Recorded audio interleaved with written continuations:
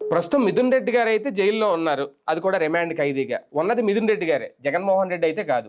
కాకపోతే వీళ్ళు పోలుస్తున్న పోలికలు ఏంటి? ఒకప్పుడు చంద్రబాబు నాయుడు గారిని అదే సెంట్రల్ జైల్లో అప్పుడు ఎలా చిత్రహింసలు పెట్టారు? ఇప్పుడు మిథున్ రెడ్డికి కొంచెం లోటు కలిగితే మీకు కన్నీళ్ళు వచ్చేస్తున్నాయా? ఎందుకంటే మొన్న మిథున్ రెడ్డి గారిని కలిసిన తర్వాత పెద్దిరెడ్డి రామచంద్రారెడ్డి గారు బయటకు వచ్చిన తర్వాత కొన్ని మాటలు మాట్లాడారు. అప్పట్లో ఇలా చేశారు, ఇది చేశారు, ఈయనకి ఇంకా సౌకర్యాలు ఇవ్వలేదని. దాని మీద ఇమీడియట్గా వీళ్ళు కౌంట్లు ఇచ్చుకోవడంతో పాటు అప్పుడు చంద్రబాబు నాయుడు గారికి ఏం జరిగిందో టైం టు టైము, కనీసం అప్పుడు డెంగీ టైము, దోమలు కూడా కుట్టేస్తున్నా పట్టించుకోలేదు, చిత్రహింసలు పెట్టారు. ఇప్పుడు మీకు ఇంత నొప్పి కలుగుతుందా? అంటే ఇండైరెక్ట్గా, ఒక రకంగా ఇండైరెక్ట్గా డైరెక్ట్గానే ఆయన అక్కడ పెట్టారు కాబట్టి మేము ఈయన పెట్టాం, కక్షపూరిత రాజకీయం మేము చేస్తున్నాము అని ఒప్పుకుంటున్నారా? లేదా మిథున్ రెడ్డికి ఏం లోటు వచ్చింది అని చెప్పే ప్రయత్నం చేస్తున్నారా? చంద్రబాబుకి అప్పుడు కలిగిన నొప్పి లేదంటే ఆ చిత్రహింసలు వీళ్ళ భాషలో చెప్పాలంటే దాన్ని ప్రజలకు గుర్తు చేసే ప్రయత్నం చేస్తున్నారా? అవసరమా ఈ కంపారిజన్ ఇప్పుడు అనేది ఇక్కడ ఒక చర్చ. ఇదే అంశం మీద చర్చించే ప్రయత్నం చేద్దాం. సార్, వాస్తవానికి నేను ఏమనుకున్నానంటే అప్పుడు అలా ఇప్పుడేలా ఈ కథను రాసిన తర్వాత ఇలాంటి రేపొద్దున్న జగన్ అరెస్ట్ చేసిన తర్వాత అప్పుడు రాస్తారేమో అని అనుకున్నాం. కానీ ఇప్పుడు మిథున్ రెడ్డి గారికే వీళ్ళు మొత్తం కంపేర్ చేసేసి మొత్తం టైమింగ్తో సహా పిన్ టు పిన్ రాసేసారు. అంటే ఒకటి ఇందులో నాకు 2 డౌట్లు ఏంటంటే, ఇంక రేపు జగన్ అరెస్ట్ ఉండదా, మిథున్ రెడ్డితోనే సరిపెట్టేస్తారని ఒకటి, లేదంటే మిథున్ రెడ్డికి ఆ హోదా ఇచ్చారా చంద్రబాబుతో సమానంగా? ఇప్పుడు అప్పుడు ఆయన పెట్టారు కాబట్టి ఇప్పుడు ఈయన పెడుతున్నాం అని చెప్తున్నారా? ఎలా చూడాలి? వాళ్ళు అపరిపక్వ జర్నలిజము, అది నిత్య జర్నలిజం, అంత మించి ఏం లేదు. వాళ్ళని అసలు నన్ను అడిగితే ఆ పేపర్ని చదవడం మానేస్తే ప్రజలు బాగుపడతారు. అది కేవలం పార్టీ కార్యకర్తలకి ఇదివరకు కరపత్రాలు తయారు చేసి ఇచ్చేవాళ్ళు వాళ్ళ దీనికోసం అని చెప్పేసి. అవి తీసేశారు ఇప్పుడు. దాంతో ఆ కరపత్రానికి బదులుగా ఇది కరపత్రంగా పనిచేస్తుంది అంతే. అంటే మన పార్టీ కార్యకర్తలను మానసిక సంతుష్టీకరించేందుకోసం ఎదురోళ్ళని తిట్టిపోస్తూ, దూషిస్తూ, తప్పుడు వక్రీకరణలు చేస్తూ రాసుకొచ్చేటటువంటి కథనం. అంతకుమించి నథింగ్. అందులో ఇంపార్టెన్సే ఉండదు, రిలవెన్సే ఉండదు. ఇప్పుడు ఈయన ఏడ్చాడు, ఈయన ఫీల్ అయిపోయాడు పెద్దిరెడ్డి అని కదా వీళ్ళు అనేది. మరి ఆ రోజున వాళ్ళు కూడా ఏడ్చారందామా, ఫీల్ అయిపోయారందామా? అది తప్పందామా? నెంబర్ 1. రెండోది అదే అనేది దోమలతో చంపేద్దామని కుట్రలు, లేకపోతే అనారోగ్యం కుట్రలు. వాస్తవంగా ఒక్కదానికి కూడా ఆ రోజున ప్రభుత్వం అబ్జెక్ట్ చేయలే. ఒక్కదానికి కూడా. బాబు గారు కోరుకున్నటువంటి విధంగా ఆయన్ని అక్కడి నుంచి దేంట్లో తీసుకొచ్చారు? స్పెషల్ వెహికల్లో వచ్చాడు ఆయన. బాబు ఆయన వెహికల్లో, బుల్లెట్ ప్రూఫ్ వెహికల్లోనే వచ్చారు. ఆయన ఏమన్నా పోలీస్ వెహికల్లో తీసుకొచ్చారా? మరి మిథున్ రెడ్డి పోలీస్ వెహికల్లో తీసుకెళ్లారుగా. అవును. మరి ఈవెన్ కోర్టుకు కూడా చంద్రబాబు గారి సొంత వెహికల్లోనే, పోలీస్ వెహికల్లో కాదు కదా, పోలీస్ బస్సు ఎక్కించలేదు కదా. ఆయన కాన్వాయ్తో వచ్చారు అప్పుడు ఒక రకంగా. ఈవెన్ జైలుకు వెళ్ళేటప్పుడు కూడా పోలీస్ వెహికల్లో తీసుకెళ్ళాలి, కాన్వాయ్లోనే తీసుకెళ్ళారు. అవును. అంటే పూర్తి గౌరవంతోనే ఇచ్చారు కదా. రూల్ ప్రకారం అయితే అవన్నీ ఇవ్వాల్సిన ఇది లేదు కదా. అంటే గౌరవం ఎవరిచ్చినట్టు? అప్పుడు ప్రభుత్వం ఇచ్చిందే. మరి మీరు ఆ గౌరవం పాటించలేదు కదా. ఆయన ఆ రోజున శాసనసభా పక్ష నాయకుడు, ఈయన ఇవాళ రోజున లోక్సభా పక్ష నాయకుడు వాళ్ళ పార్టీకి. గౌరవం పరంగా ఇవ్వదలుచుకుంటే నువ్వు ప్రతీకార రాజకీయం లేదు అనుకున్నప్పుడు అది, కానీ ప్రతీకార రాజకీయం ఉందని చెప్పాలనుకున్నప్పుడు అవమానిద్దాం అనుకుంటున్నాను. జగన్ ప్రతీకార రాజకీయం చేసిన శత్రువును అవమానించాల. యుద్ధ ధర్మం ఉంటుంది, యుద్ధ నీతి ఉంటుంది. మీరు చూడండి, రాజుల్ని ఇప్పుడు పట్టుకొచ్చేటప్పుడు బేడీలు లేకుండా బాధ్యతగా తీసుకురావడం అన్నటువంటిది యుద్ధ నీతిలో చెప్తారు, గౌరవంగా తీసుకొస్తారు. ఎక్కడ ఎందుకు? అభినందన్ని పాకిస్తాన్లో పడిపోయినప్పుడు అక్కడ ఉన్నటువంటి ప్రజలు కొట్టినప్పుడు సైన్యం కాపాడి అతనికి జాగ్రత్తగా మర్యాద చేసింది. యుద్ధ ఖైదీ అతను, యుద్ధ ఖైదీకి కూడా విలువిస్తారు. ఎదుటి ఖైదీని ఏదో మామూలు దొంగలు చూసినట్టు చూడరు. యుద్ధ ఖైదీ రాజకీయ వ్యవహారాల్లో మొట్టమొదటిసారి బ్యాలెన్స్ తప్పారు. ఆ గీత, సన్నటి గీత తప్పేశారు. ప్రతీకార రాజకీయాలు అంటారా? ఖచ్చితంగా ప్రారంభించింది ఎవరు? ప్రతీకార రాజకీయం. జగన్ జైల్లో పెట్టించింది ఎవరు? జగన్ మీద కేసులు పెట్టించింది ఎవరు? జగన్ మీదన కాంగ్రెస్ పెట్టించింది అందాం. కాంగ్రెస్ పార్టీ పెట్టించిన మధ్యలో నువ్వెవరివి? అసలు నీకేంటి సంబంధం ఆ కేసులతో? నువ్వు అధికారంలో ఉన్నావు. అప్పుడు ప్రతిపక్షంలో ఉన్న నువ్వు ఏ పార్టీకి వ్యతిరేకంగా పుట్టిందో, కాంగ్రెస్ పార్టీకి వ్యతిరేకంగా తెలుగుదేశం పుట్టింది. పుట్టిన దాన్ని వాళ్ళు ఆ ప్రభుత్వం కేసులో నువ్వు ఇంప్లీడ్ అవుతావా? అంటే అర్థం ఏంటి? పోనీ స్నేహధర్మం ఏమైనా పాటించారా? రాజశేఖర్ రెడ్డి ఆయనకి మిత్రుడు, తర్వాత ఎన్నో ఇంటర్వ్యూలో చెప్పారు కదా రాజశేఖర్ నా మిత్రుడు అని చెప్పి. అవును అవును మరి అట్లాంటి రాజశేఖర్ నీ మిత్రుడు కొడుకుని తీసుకెళ్ళి ఏడిపిస్తా అంటే నీ మిత్రుడు తప్పు చేస్తేనే కదా వాళ్ళ కొడుకు తప్పు చేయది. అతను ఇవ్వకుండా ఇతనికి డబ్బులు వస్తాయా? అతని ఛాన్స్ లేకుండా ఇతనికి వస్తాయా? అంటే నీ మిత్రుడిని ముంచాలనే కదా నువ్వు అనుకుంది. నీ మిత్రుడు కొడుకుని ఎదగకుండా చేయాలనే కదా నువ్వు అనుకుంది. అది స్నేహధర్మమా? నెక్స్ట్ ఆ తర్వాత అతన్ని జైలు నుంచి రానియకుండా ఎన్నిసార్లు పిటిషన్లు వేశారు వరుస పెట్టి. వాళ్ళ అనుకూల పత్రికలు ఎంత విషం చిమ్మినాయి అతని మీద, ఇప్పటికి కూడా ఎంత చిమ్ముతున్నాయి. అంత చేస్తున్నప్పుడు మరి ఎవరు ప్రతీకారం ప్రారంభించారు? జగనా బాబా ప్రతీకారం ప్రారంభించింది? ఖచ్చితంగా జగన్ తప్పే చేశాడు అంట నేను. అతను అరెస్ట్ చేయడం చంద్రబాబుని కేసుల కిందన పొలిటికల్గా చూసుకోవాలి, కానీ పొలిటికల్గా చూసుకోలేదు. మిగతాది అధికారుల మీద కేసులు పెట్టాలా, పొలిటికల్గా దానికి సంబంధించిన బాధ్యత వహించాలని చెప్పేసి జనంలో మాట్లాడాలి. కాకుండా అరెస్ట్ చేయడం తప్పు పెద్ద ఆయన్ని.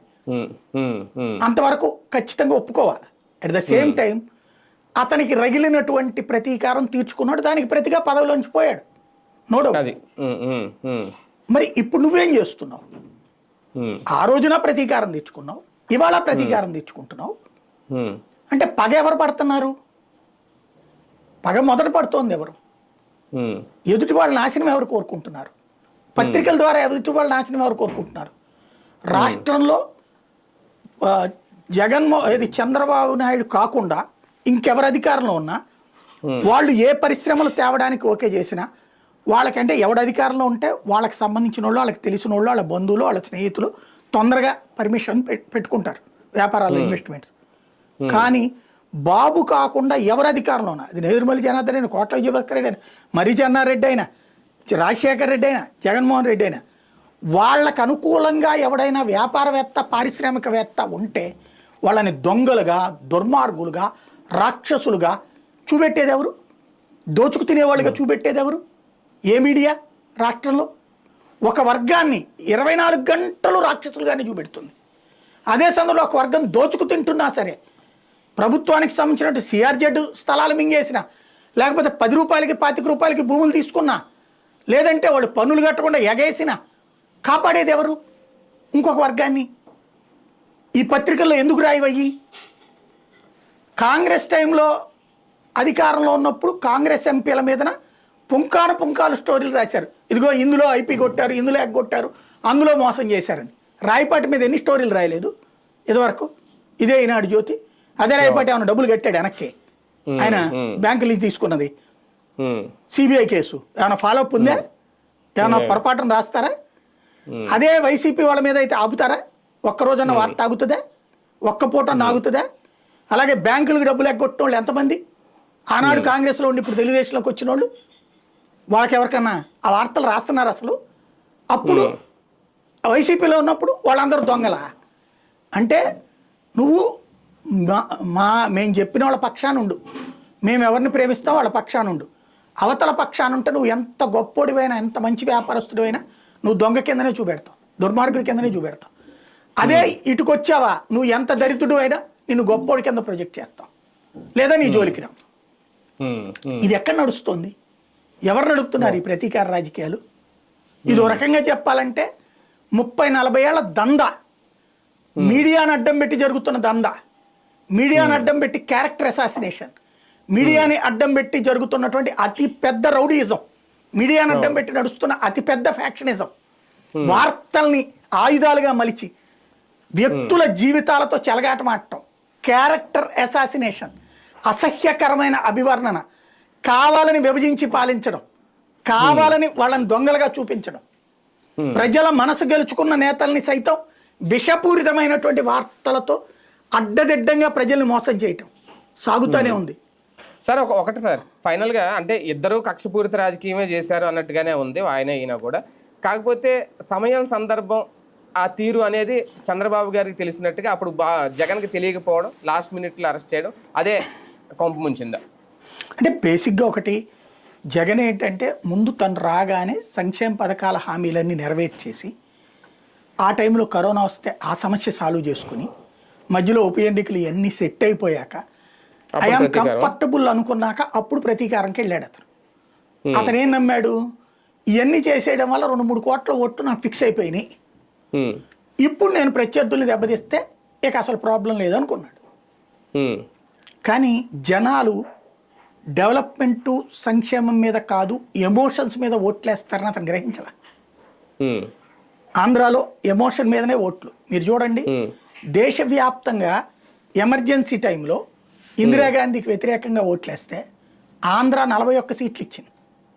ఉమ్, వాళ్ళందరూ తిరస్కరిస్తున్నారని మనం ఇక్కడ నెత్తినెట్టుకుంటాం. అవును. దేశవ్యాప్తంగా రాజీవ్ గాంధీ చనిపోయినప్పుడు కాంగ్రెస్ అధికారంలోకి వస్తే, ఉమ్, అంటే ఆయన 5 దశల ఎన్నికలప్పుడు 3వ దశ ఎన్నికల నాటికి అసలు కాంగ్రెస్ గెలిచే ప్రసక్తే లేదని కన్ఫర్మ్ అయిపోయింది అన్ని సర్వేలు కూడా. ఉమ్, ఉమ్, ఆ టైంలో రాజీవ్ గాంధీ చనిపోయారు. ఉమ్, ఆ తర్వాత జరిగిన ఎన్నికల్లో ఆంధ్రలో కూడా జరిగినాయి.